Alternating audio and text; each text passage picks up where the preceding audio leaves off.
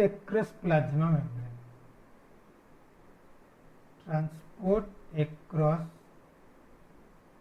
Plasma membrane मतलब plasma membrane के through transport कैसे होता है।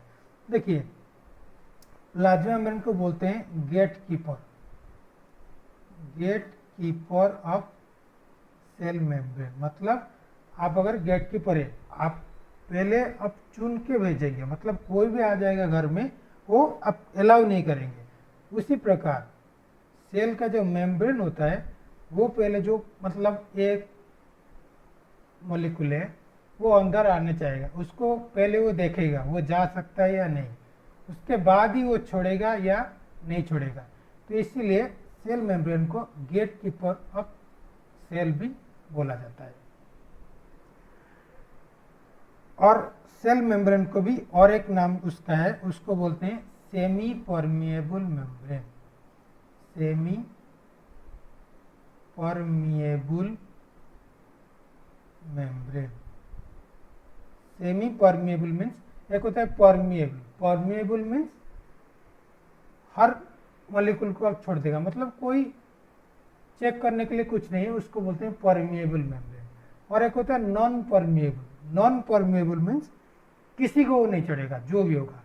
एक होता है सेमी परमिएबल, मतलब चुन के भेजेगा और छोड़ेगा, इसको बोलते हैं सेमी परमिएबल मेम्ब्रेन। और इसको भी बोलते हैं selectively permeable membrane. Selectively permeable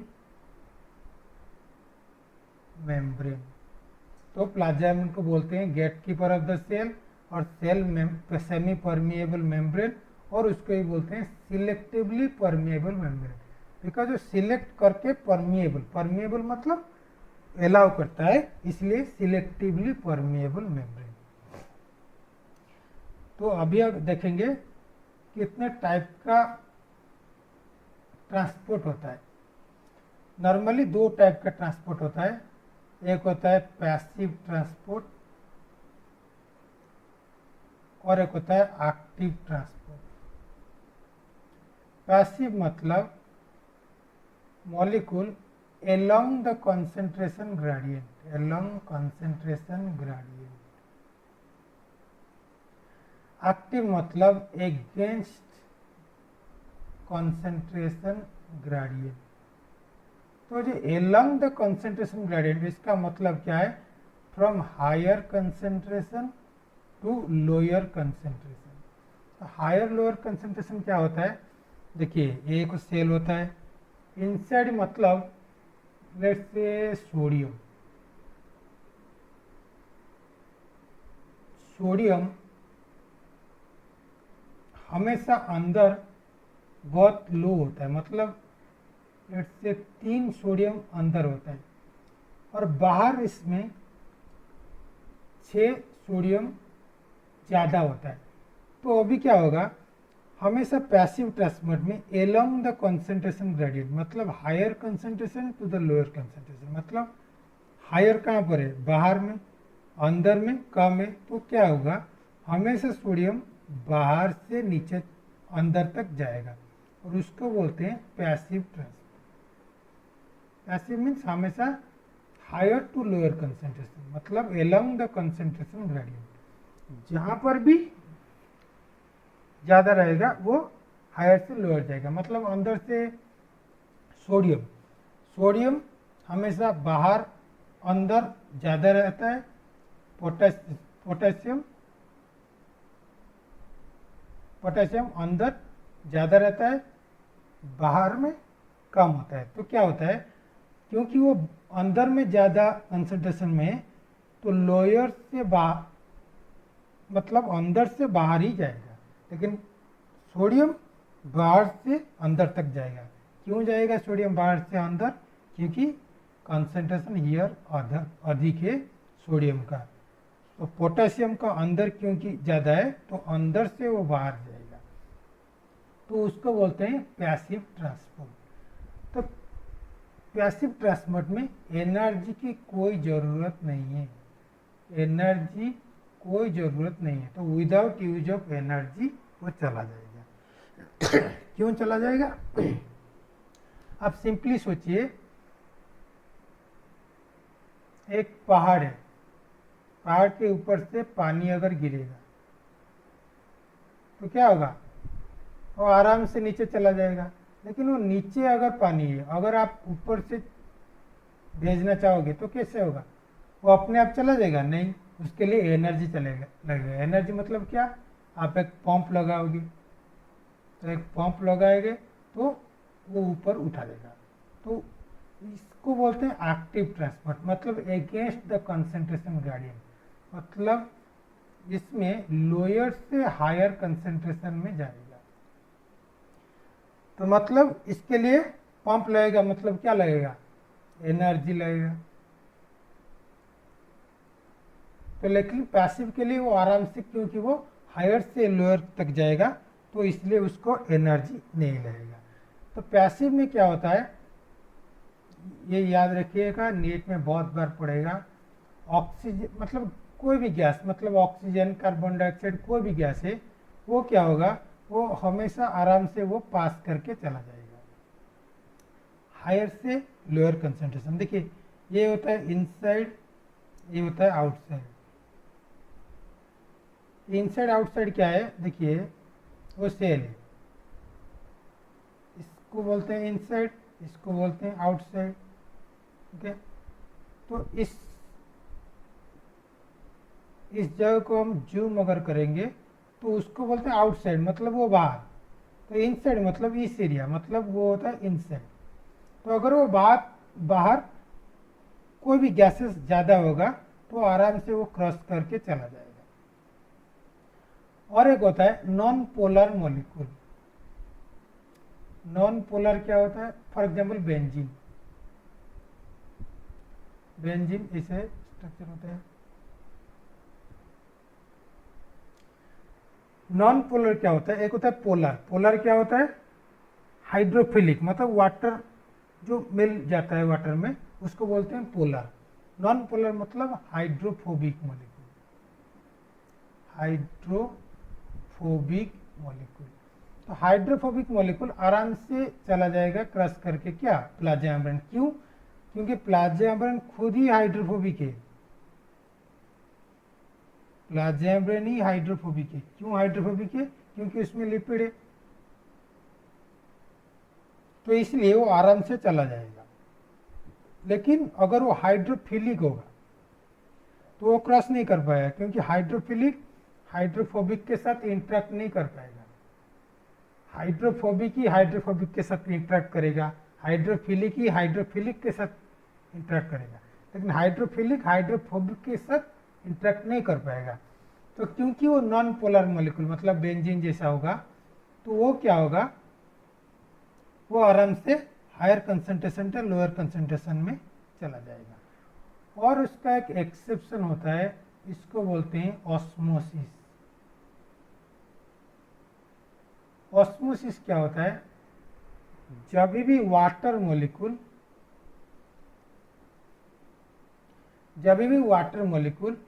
passive transport के थ्रू और पैसिव डिफ्यूजन, चलिए जब पैसिव ट्रांसपोर्ट के थ्रू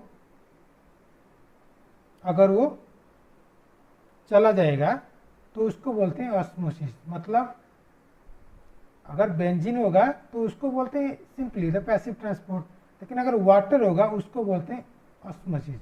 तो एक्चुअली द पैसिव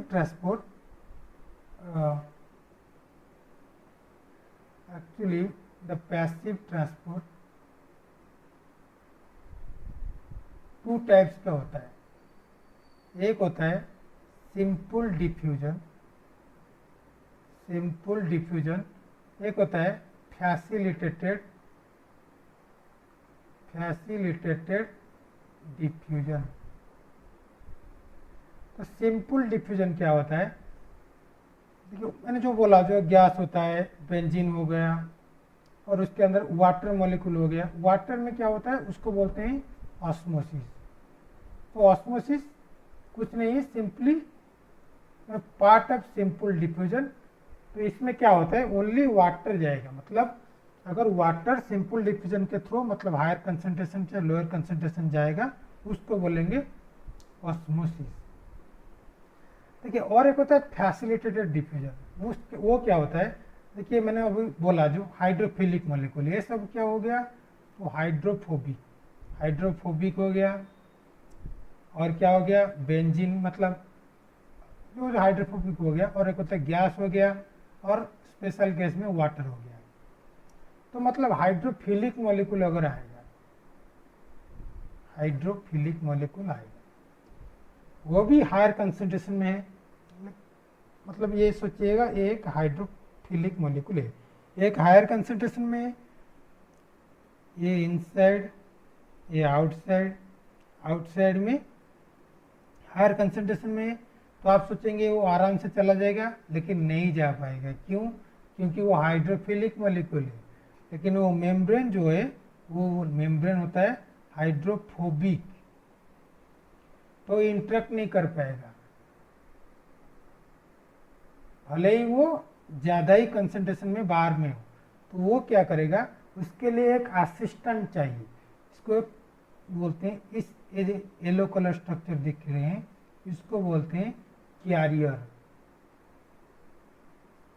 कैरियर क्या होता है, ये कैरियर एक्चुअली वो हाइड्रोफिलिक स्ट्रक्चर होता है। तो हाइड्रोफिलिक स्ट्रक्चर क्योंकि वो अंदर में चला जाएगा, तो उसके अंदर ही वो चला जाएगा, मतलब वो लिपिड के साथ वो नहीं लगेगा, मतलब हाइड्रोफोबिक के साथ उसका भी लेना देना नहीं है, वो आराम से वो इधर से उधर चला जाएगा। तो इसको बोलते हैं फैसिलिटेटेड डिफ्यूजन, और इसको बोलते हैं कैरियर मेडिएटेड फैसिलिटेटेड डिफ्यूजन। क्यों कैरियर मेडिएटेड बोलते हैं, क्योंकि एक कैरियर लगेगा for the transport of the hydrophilic molecule. तो हमेशा अगर हाइड्रोफिलिक मॉलिक्यूल होगा, अगर वो हायर से लोअर कंसेंट्रेशन में जाएगा, हमेशा वो फैसिलिटेटेड डिफ्यूजन में जाएगा। अगर वो गैस होगा और हाइड्रोफोबिक होगा और वाटर मॉलिक्यूल होगा, तो वाटर मॉलिक्यूल ऑस्मोसिस के थ्रू जाएगा, अगर गैस और हाइड्रोफोबिक होगा तो वो सिंपल डिफ्यूजन के थ्रू भी जा सकता है। ओके, देखिए अभी 3 नीट में बहुत बार पड़ता है कि 3 सॉल्यूशन होता है, एक होता है हाइपोटोनिक, एक होता है आइसोटोनिक, एक होता है हाइपरटोनिक। देखिए ये होता है इनसाइड ऑफ सेल, एक होता है आउटसाइड। हाइपो मतलब क्या होता है, लो। हाइपर मतलब क्या होता है, हाई। देखिए हमेशा एक सॉल्यूशन में 2 चीज होता है, एक होता है सॉल्यूट, एक होता है सॉल्वेंट। मतलब चीनी पानी अगर होगा तो क्या होगा, चीनी हो जाएगा सॉल्यूट, सॉल्वेंट हो जाएगा वाटर। तो मतलब पानी चीज जैसे होता है तो उसको सॉल्वेंट बोलते हैं, और सॉल्यूट मतलब क्रिस्टल जैसी चीज, मतलब चीनी हो गया, नमक हो गया, उसको बोलते हैं सॉल्यूट। देखिए हमेशा हाइपो, हाइपोर, आइसो वो कैसे डिफाइन होता है, वो सॉल्यूट कंसेंट्रेशन के वजह से डिफाइन होता है। मतलब अगर आप बोलेंगे हाइपोटोनिक सॉल्यूशन क्या होता है, हाइपोटोनिक सॉल्यूशन मतलब जिस सॉल्यूशन में हाइपो मीन्स लो, लो सॉल्यूट कंसेंट्रेशन होगा, तो मतलब लो सॉल्यूट होगा, उसका मतलब क्या होगा, तो हाइपो इसके मतलब सॉल्यूट के वजह से ही वो बोलते हैं। तो अगर सॉल्यूट लो होगा उसका मतलब सॉल्वेंट ज़्यादा होगा, ये हो गया हाइपोटोनिक केस में। आइसोटोनिक मतलब उसमें सॉल्यूट जितना है सॉल्वेंट भी उतना है। और एक होता है हाइपरटोनिक, हाइपरटोनिक में क्या होता है, सॉल्यूट कंसंट्रेशन ज़्यादा होता है, सॉल्वेंट कंसंट्रेशन कम होता है।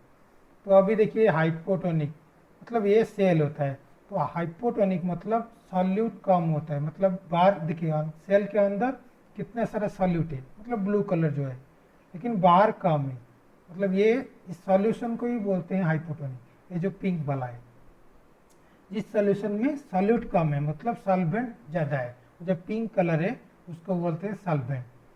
तो इसलिए आइसोटोनिक मतलब देखिए उसका अंदर जितना सॉल्यूट है बाहर भी उतना सॉल्यूट है, तो इसको मतलब आइसोटोनिक सेम होता है। हाइपरटोनिक मतलब देखिए बाहर सॉल्यूट ज़्यादा है, अंदर बहुत कम है। कि हमेशा बोलते हैं कि अभी अगर आप किसी सेल को लेकर, ये एक बीकर है, बीकर में एक सॉल्यूशन है, सॉल्यूशन क्या है, हाइपरटोनिक सॉल्यूशन। तो अगर नीट में बहुत बार आता है कि एक सेल को लेकर अगर आप हाइपरटोनिक सॉल्यूशन में ले जाएंगे तो क्या होगा, तो क्या होगा।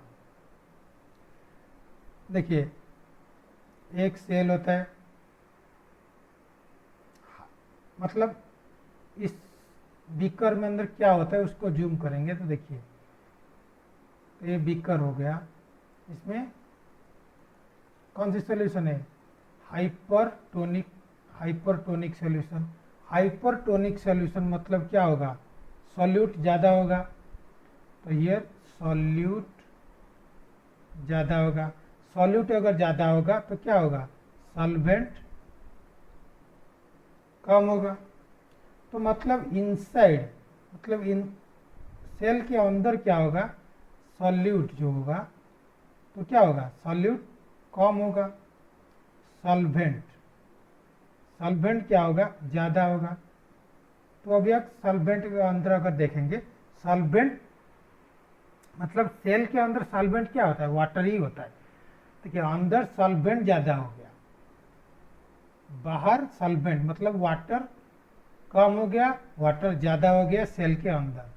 तो हमेशा हायर कंसंट्रेशन पे लोअर कंसंट्रेशन जाएगा। मतलब हायर कहाँ पर है, इनसाइड सेल, लोअर कहाँ पर है, बाहर।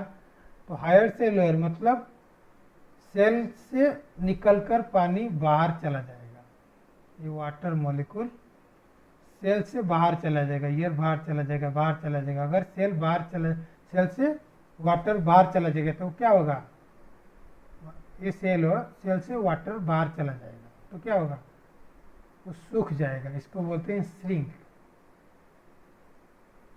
तो हमेशा इसलिए अगर हाइपरटोनिक सॉल्यूशन में सेल को डुबाएंगे तो वो क्या हो जाएगा, श्रिंक हो जाएगा। तो उसी टाइप अगर हाइपोटोनिक सॉल्यूशन में ले जाएंगे, मतलब अभी आप सोचिएगा इसमें सेल है, ये हाइपोटोनिक है, हाइपोटोनिक सॉल्यूशन। हाइपोटोनिक मतलब क्या हुआ, ये वाला मतलब सॉल्यूट ज़्यादा है, सॉल्वेंट सॉरी सॉल्यूट कम है, सॉल्वेंट ज़्यादा है, मतलब वाटर मॉलिक्यूल बाहर ज़्यादा है, मतलब वाटर कम कहाँ पर है, इनसाइड पे है।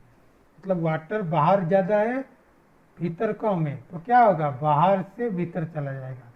तो अभी अगर किसी सेल के अंदर वाटर बहुत सारा चला जाएगा तो क्या होगा, वो फूल के फट जाएगा, उसको बोलते हैं बर्स्ट। तो हमेशा अगर सेल